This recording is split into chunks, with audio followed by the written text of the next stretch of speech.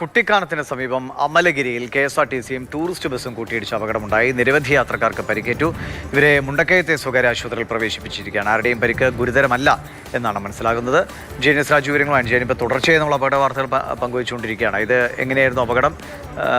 വലിയ പ്രശ്നങ്ങളില്ലല്ലോ ആളുകൾക്കല്ലേ? ദിവിഷ്, രാവിലെ 9:30 കൂടിയാണ് അപകടമുണ്ടായത്.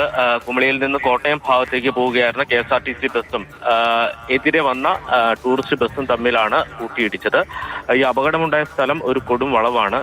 അശ്രദ്ധമായി വാഹനങ്ങൾ കടന്നു വന്നതാണ് ഇത്തരം ഒരു അപകടത്തിലേക്ക് നയിച്ചത് എന്നുള്ളതാണ് മനസ്സിലാക്കുന്നത്. എന്തായാലും നിരവധി യാത്രക്കാർക്ക് പരിക്കേറ്റിട്ടുണ്ട്. രണ്ടും ബസ്സുകളായിരുന്നതുകൊണ്ട് തന്നെ നിരവധി യാത്രക്കാരുണ്ട്. കൃത്യമായ കണക്ക് ലഭ്യമായിട്ടില്ല.